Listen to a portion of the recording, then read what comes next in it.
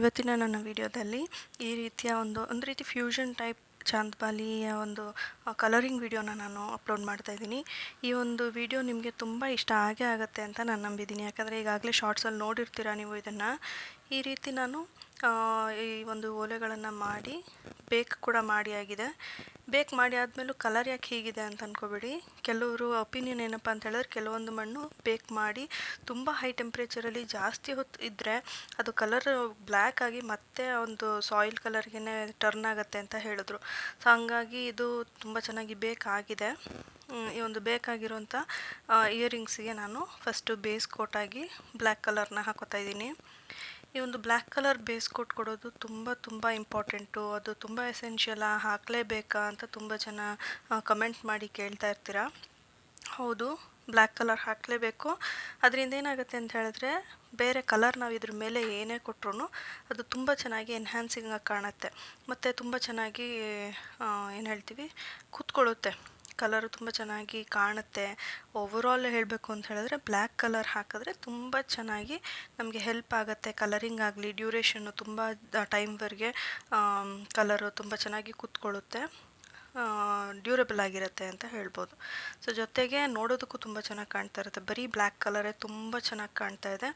So ಈ ಒಂದು black colour base ಕೊಟ್ಟಾದಮೇಲೆ ನಾನೊಂದು ಕಲರಿಂಗ್ ಪ್ಯಾಲೆಟ್ಗೆ ಈ ಒಂದು ಗೋಲ್ಡ್ ಕಲರ್ನ ಹಾಕ್ಕೊಳ್ತಾ ಇದ್ದೀನಿ.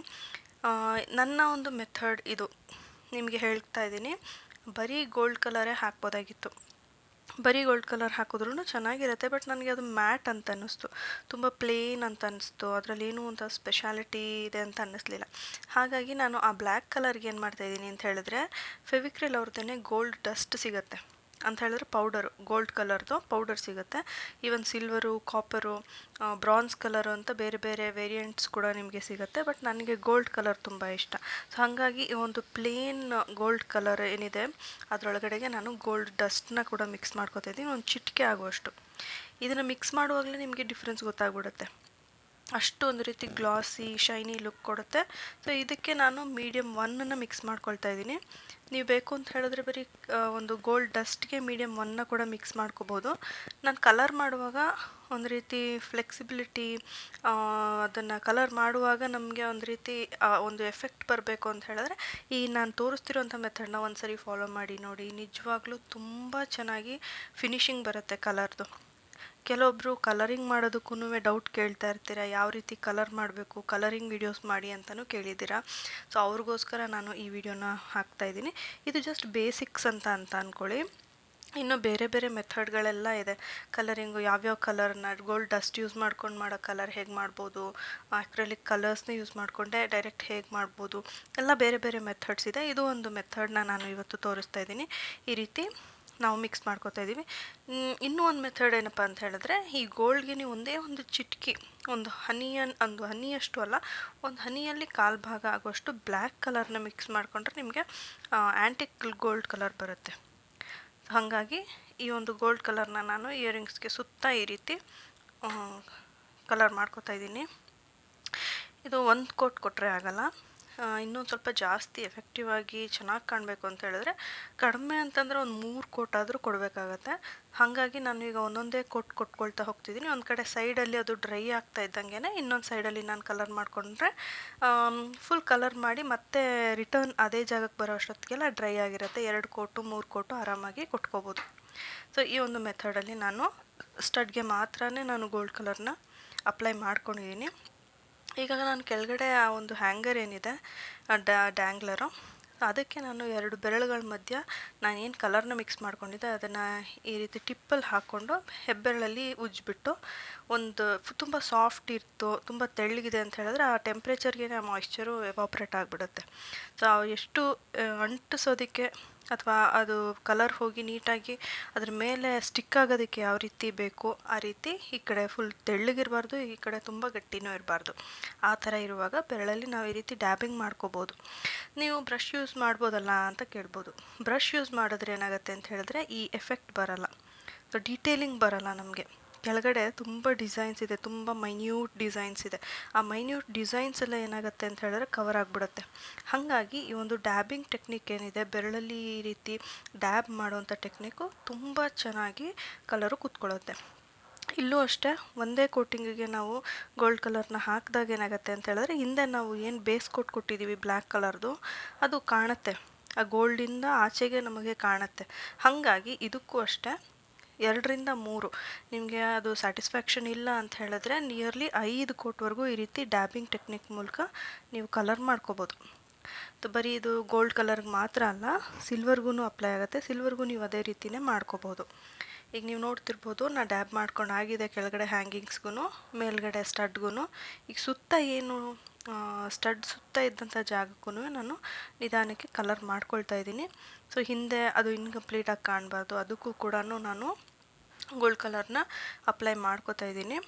ಈ ರೀತಿ ಅಪ್ಲೈ ಮಾಡೋದ್ರಿಂದ ಏನಾಗುತ್ತೆ, ನೀವು ಅದನ್ನು ಹಚ್ಚುವಾಗ ಸ್ವಲ್ಪ ಡಲ್ಲಾಗಿ ಕಾಣ್ಬೋದು, ಅದು ಫುಲ್ಲು ಡ್ರೈ ಆದಮೇಲೆ ಇನ್ನೊಂದು ಸ್ವಲ್ಪ ಡೆನ್ಸ್ ಕಲರ್ ಆಗಿ ಅದು ಟರ್ನ್ ಆಗಿರುತ್ತೆ. ಸೊ ವೆಟ್ಟಿರುವಾಗ ನಮಗೆ ಅಷ್ಟು ಕ್ಲಿಯರಾಗಿ ಕಾಣಲ್ಲ, ಅಷ್ಟು ಚೆನ್ನಾಗಿ ಬಂದಿಲ್ವಲ್ಲ ಅಂತ ಅನ್ನಿಸ್ಬೋದು. ಬಟ್ ಡ್ರೈ ಆಗೋವರೆಗೂ ಕಾಯಿರಿ. ಅದು ಫುಲ್ ಡ್ರೈ ಆದಮೇಲೆ ಅದರ ನಿಜವಾದ ಒಂದು ಏನು ಲುಕ್ ಇರುತ್ತೆ ಅದು ನಿಮಗೆ ಗೊತ್ತಾಗುತ್ತೆ. ಸೊ ಈ ರೀತಿ ನಾನು ಎಲ್ಲೆಲ್ಲಿ ಅಷ್ಟು ಒಳ್ಳೆ ಫಿನಿಶಿಂಗ್ ಬಂದಿರಲಿಲ್ಲ ಅಂತ ಅನ್ನಿಸ್ತು ಅಲ್ಲಿಗೆಲ್ಲ ಗೋಲ್ಡ್ ಕಲರ್ನ ಈ ರೀತಿ ಅಪ್ಲೈ ಮಾಡ್ಕೊಂಡಿದ್ದೀನಿ. ನೀವು ಕೇಳ್ಬೋದು ಮೇಲ್ಗಡೆ ಸ್ಟಡ್ಗೆ ಹಾಗೆ ಇದೆಯಲ್ಲ ಅಂತ. ನನ್ನ ಪ್ಲ್ಯಾನ್ ಬೇರೆ ಇದೆ. ಸೊ ಆ ಒಂದು ಸ್ಟಡ್ಗೆ ಏನಿದೆ ರೆಡ್ ಕಲರ್ನ ನಾನು ಅಪ್ಲೈ ಮಾಡ್ತಾಯಿದ್ದೀನಿ. ಈಗ ಇದು ನಿಮಗೆ ಯಾವ ಕಲರ್ ಬೇಕೋ ಅದನ್ನು ಹಾಕ್ಕೋಬೋದು. ಸೊ ನಾನು ಬೇಸಿಕ್ ಕಲರ್ಸ್ನ ಜಾಸ್ತಿ ಯೂಸ್ ಮಾಡ್ತೀನಿ, like red, green, yellow, white, ಈ ಥರ ಬೇಸಿಕ್ ಕಲರ್ಸ್ನ ನಾನು ಜಾಸ್ತಿ ಯೂಸ್ ಮಾಡೋದ್ರಿಂದ ರೆಡ್ ಕಲರ್ನ ನಾನು ಈ ಒಂದು ಸ್ಟಡ್ ಪಾರ್ಟ್ ಏನಿದೆ ಅದಕ್ಕೆ ಅಪ್ಲೈ ಮಾಡ್ತಾಯಿದ್ದೀನಿ. ಸೊ ಇಲ್ಲೂ ಅಷ್ಟೇ ನಾವೇನು ಮಾಡಬಾರ್ದು ಅಂತ ಹೇಳಿದ್ರೆ ಬ್ರಷಲ್ಲಿ ಇದನ್ನು ತಗೊಂಡು ಅಪ್ಲೈ ಮಾಡಬಾರ್ದು. ಇದೇನಪ್ಪ ಬ್ರಷಲ್ಲಿ ಕಲರ್ ಮಾಡಬಾರ್ದು ಅಂತ ಹೇಳ್ತಾ ಇದ್ದಾಳೆ ಅಂತ ಅಂದ್ಕೋಬೇಡಿ. ಬ್ರಷಲ್ಲಿ ನಾವು ಸ್ಮಡ್ಜ್ ಮಾಡಬಾರ್ದು, ಒಂದು ರೀತಿ ಸ್ಟ್ರೋಕ್ ಹಾಕೋ ಥರ ಇರಬಾರ್ದು. ಆ ಕಲರ್ನ ಏನು ಹೇಳ್ತೀವಿ ಅಂತ ಹೇಳಿದ್ರೆ ಟ್ಯಾಪ್ ಮಾಡ್ತಿರೋ ಥರ ಅನ್ನಿಸ್ಬೇಕು, ಮೇಲಿಂದ ಕೆಳಗಡೆ ಕೆಳಗಿಂದ ಮೇಲೆಗೆ ಜಸ್ಟ್ ಪ್ರೆಸ್ ಮಾಡ್ತಿರೋ ಥರ ಇರಬೇಕೆ ಹೊರತು ಲೈನ್ ಎಳಿತಿರೋ ಥರ ಇರಬಾರ್ದು. ಸೊ ನೀವು ನೋಡ್ತಿರ್ಬೋದು ಕಲರ್ನ ನಾನು ತುಂಬಾ ಲಿಬ್ರಲ್ ಆಗಿ ಹಾಕ್ತಾಯಿದ್ದೀನಿ. ಲಿಬ್ರಲ್ ಅಂತ ಹೇಳಿದ್ರೆ ಯಥೇಚ್ಛವಾಗಿ ಹಾಕ್ತಾಯಿದ್ದೀನಿ. ಸೊ ಈ ರೀತಿ ನೀವು ಸ್ಟಡ್ಗೆ ಕಲರ್ ಮಾಡುವಾಗ ಅಂತ ಹೇಳಿದ್ರೆ ಜಿಪುಣತನ ತೋರಿಸ್ಬೇಡಿ, ಸ್ವಲ್ಪ ಜಾಸ್ತಿನೇ ಕಲರ್ನ ತಗೊಂಡು ಬ್ರಷಲ್ಲಿ ಈ ರೀತಿ ಪ್ರೆಸ್ ಮಾಡಿ ಅಷ್ಟೆ, ಸ್ಟ್ರೋಕ್ಸ್ ಕೊಡೋದು ಬೇಡ, ಲೈನ್ ಎಳೆಯೋ ರೀತಿಯಲ್ಲಿ ಕಲರ್ ಮಾಡೋದು ಬೇಡ. ಪ್ರೆಸ್ ಮಾಡಿ ಮಾಡಿ ಮಾಡಿ ಮಾಡಿ ಲಿಬ್ರಲ್ ಆಗಿ ಕಲರನ್ನು ಅದಕ್ಕೆ ಅಪ್ಲೈ ಮಾಡೋದ್ರಿಂದ ಏನಾಗುತ್ತೆ ಅಂತ ಹೇಳಿದ್ರೆ ತುಂಬಾ ಬ್ರೈಟ್ ಫಿನಿಶಿಂಗ್ ಬರುತ್ತೆ, ಒಂದು ರೀತಿ ಡೆನ್ಸ್ ಆಗಿ ಕಾಣುತ್ತೆ. ಸೊ ಒಂದು ರೀತಿ ಹೇಗೆ ಅಂತ ಹೇಳಿದ್ರೆ ನಾವು ಯಾವುದೋ ಒಂದು ಸ್ಟೋನ್ ಇರುವಂಥದ್ದು ಹರಳಿಂದು ಇಯರಿಂಗ್ಸ್ನ ಮಾಡ್ತಾಯಿದ್ದೀವಿ ಅನ್ನೋ ಒಂಥರ ಎಫೆಕ್ಟ್ ಬರುತ್ತೆ. ಸೊ ಈ ಒಂದು ಒಲೆಗೂ ಕೂಡ ಇದಕ್ಕೆ ಮುಂಚೆ ಮಾಡಿದ್ದಂಥ ಮೆಥಡಲ್ಲೇ ಬ್ರಷ್ನ ತಗೊಂಡು, ಅಂದರೆ ಬ್ರಷಲ್ಲಿ ಕಲರ್ನ ನಾನು ಮೆತ್ತಗೆ ಸ್ವಲ್ಪನೇ ಪ್ರೆಸ್ ಮಾಡಿ ಮಾಡಿ ಮಾಡಿ ಎಲ್ಲ ಕಡೆ ಅದು ಅಪ್ಲೈ ಆಗೋ ರೀತಿಯಲ್ಲಿ ಮಾಡ್ತಾಯಿದ್ದೀನಿ. ಸೊ ಇತ್ತೀಚೆಗೆ ನಾನು ಲೈವ್ ಬರೋದು ಜಾಸ್ತಿ ಆಗಿದೆ. ಕೆಲವರು ಕಮೆಂಟ್ ಮಾಡ್ತಾ ಇರ್ತೀರ ಲೈವ್ ಬರೋದಕ್ಕಿಂತ ಸ್ವಲ್ಪ ಮುಂಚೆನೇ ಇನ್ಫಾರ್ಮ್ ಮಾಡಿ ಅಂತ. ಸೊ ಇತ್ತೀಚೆಗೆ ನನಗೆ ಟೈಮ್ ಸ್ವಲ್ಪ ಅಷ್ಟು ಕನ್ವೀನಿಯೆಂಟ್ ಆಗಿಲ್ಲದೆ ಇರೋದ್ರಿಂದ ಯಾವ ಟೈಮಲ್ಲಿ ಫ್ರೀ ಇರ್ತೀನಿ ಆ ಟೈಮಲ್ಲಿ ಲೈವ್ ಬರ್ತಾ ಇರ್ತೀನಿ. ಸಾಧ್ಯ ಆದಷ್ಟು ನಾನು ಟೈಮ್ ನೋಡಿಕೊಂಡು ಲೈವ್ ಬರೋವಂಥ ಟೈಮ್ನ ನಿಮಗೆ ಹೇಳೋದಕ್ಕೆ ಟ್ರೈ ಮಾಡ್ತೀನಿ. ದಯವಿಟ್ಟು ಲೈವ್ನ ಅಟೆಂಡ್ ಮಾಡಿ, ನಿಮಗೆ ಗ್ಯಾರಂಟಿ ತುಂಬ ಇಷ್ಟ ಆಗುತ್ತೆ. ನಿಮಗೆ ಇಷ್ಟ ಆಗುವಂಥ ಟಾಪಿಕ್ಸನ್ನೇ ನಾನು ತರ್ತಾ ಇರ್ತೀನಿ. ಎಷ್ಟೊಂದು ಜನ ತುಂಬ ಡೌಟ್ಸ್ನ ಕೇಳಿಕೊಂಡು ನನ್ನ ಪರ್ಸ್ನಲ್ ನಂಬರ್ಗೂ ಕಾಲ್ ಮಾಡ್ತಿರ್ತೀರ, ವಾಟ್ಸಪ್ಪಲ್ಲಿ ಕಾಂಟ್ಯಾಕ್ಟಲ್ಲಿರ್ತೀರ, ಕೆಲವೊಬ್ಬರು ಇನ್ಸ್ಟಾಗ್ರಾಮಲ್ಲೂ ಕೂಡ ಡಿ.ಎಮ್ ಮಾಡಿದ್ದೀರಾ, ಮೆಸೇಜಸ್ ಮಾಡ್ತಿರ್ತೀರ, ಕಮೆಂಟ್ ಮಾಡ್ತೀರಾ. ತುಂಬ ಖುಷಿಯಾಗುತ್ತೆ. Thank you so much for all your support. ಮತ್ತು ಈಗಂತೂ ಟೆರಕೋಟಾ ಜ್ಯುವೆಲ್ರಿ ಮೇಕಿಂಗ್ ಅನ್ನೋದು ಒಂದು ರೀತಿ ಟ್ರೆಂಡ್ ಆಗಿಬಿಟ್ಟಿದೆ. ಇನ್ನು ಕೆಲವರು ಕೇಳ್ತಾ ಇರ್ತೀರ ಆನ್ಲೈನ್ ಕ್ಲಾಸಸ್ ಮಾಡಿಕೊಡಿ ಅಂತ. ಈಗ ಇತ್ತೀಚೆಗಂತೂ ಆನ್ಲೈನ್ ಕ್ಲಾಸಸ್ ಶುರು ಮಾಡ್ತಾಯಿದ್ದೀನಿ. ನಿಮ್ಮಲ್ಲಿ ಯಾರಿಗಾದ್ರೂ ಇಂಟ್ರೆಸ್ಟ್ ಇತ್ತು ಅಂತ ಹೇಳಿದ್ರೆ ಕಮೆಂಟ್ ಮಾಡಿ ಅಥವಾ ಇನ್ಸ್ಟಾಗ್ರಾಮಲ್ಲೂ ಕೂಡ ಡಿ.ಎಮ್ ಮಾಡಿ ನನ್ನ ಹತ್ರ ಇನ್ಫಾರ್ಮೇಷನ್ನ ಕಲೆಕ್ಟ್ ಮಾಡ್ಕೋಬೋದು. ಈಗಂತೂ ಹೇಳ್ತಾ ಇದ್ದೀನಲ್ಲ, ತುಂಬ ಟ್ರೆಂಡಿ ಆಗಿರೋದ್ರಿಂದ, ಜೊತೆಗೆ ಪ್ಯಾಷನೇಟ್ ಆಗಿರೋರು ಟೆರಕೋಟಾ ಜ್ಯುವೆಲ್ರೀಸ್ನ ಯಾರು ಬೇಕಾದರೂ ಮಾಡ್ಬೋದು. ಹಾಗಾಗಿ ಈ ಒಂದು ಅವಕಾಶನ ನೀವು ಯೂಸ್ ಮಾಡ್ಕೋಬೋದು. ಸೊ ಈ ಒಂದು ಕೆಳಗಡೆ ಇರುವಂಥ ಹ್ಯಾಂಗಿಂಗ್ಸ್ಗೆ ನಾನೇನು ಮಾಡ್ತಾಯಿದ್ದೀನಿ ಅಂತ ಹೇಳಿದ್ರೆ ಆ ಒಂದು ಫ್ಲೋರಲ್ ಡಿಸೈನ್ ಏನಿದೆ ಆ ಡಿಸೈನ್ಗೆ ಸ್ವಲ್ಪನೇ ಒಂದೊಂದು ಪಾಯಿಂಟ್ ಆಗುವಷ್ಟು ಮಾತ್ರ ನಾನು ಏನು ಕಲರ್ನ ಮೇಲ್ಗಡೆ ಸ್ಟಡ್ಗೆ ಹಾಕ್ಕೊಂಡಿದ್ದೆ ಅದೇ ಕಲರ್ನ ಸ್ವಲ್ಪ ಇದು ಅಷ್ಟೇ ಲಿಬ್ರಲ್ ಆಗಿ ಅಂತ ಹೇಳಿದ್ರೆ ಸ್ವಲ್ಪ ಜಾಸ್ತಿನೇ ಬ್ರಷಲ್ಲಿ ತೊಗೊಂಡಿರ್ತೀನಿ. ಒಂದು ಪಾಯಿಂಟ್ ಹಾಕಿದ ತಕ್ಷಣವೇ ಅದು ನೀಟಾಗಿ ಹೋಗಿ ಆ ಡಿಸೈನ್ಗೆ ಕೂತ್ಕೊಳ್ಳುತ್ತೆ. ನೀವು ಈಗಾಗಲೇ ನಾನು ಹೇಳಿರೋಂಥ ಮೆಥಡಲ್ಲಿ ನೀವು ಫಾಲೋ ಮಾಡೋದಾದರೆ ನಿಮಗೆ ಒಂದು ರೀತಿ ಕಮಾಂಡ್ ಬಂದ್ಬಿಟ್ಟಿರತ್ತೆ. ಕಲರಿಂಗ್ ಇರ್ಬೋದು ಅಥವಾ ಕ್ಲೇ ಕಮಾಂಡ್ ಇರ್ಬೋದು.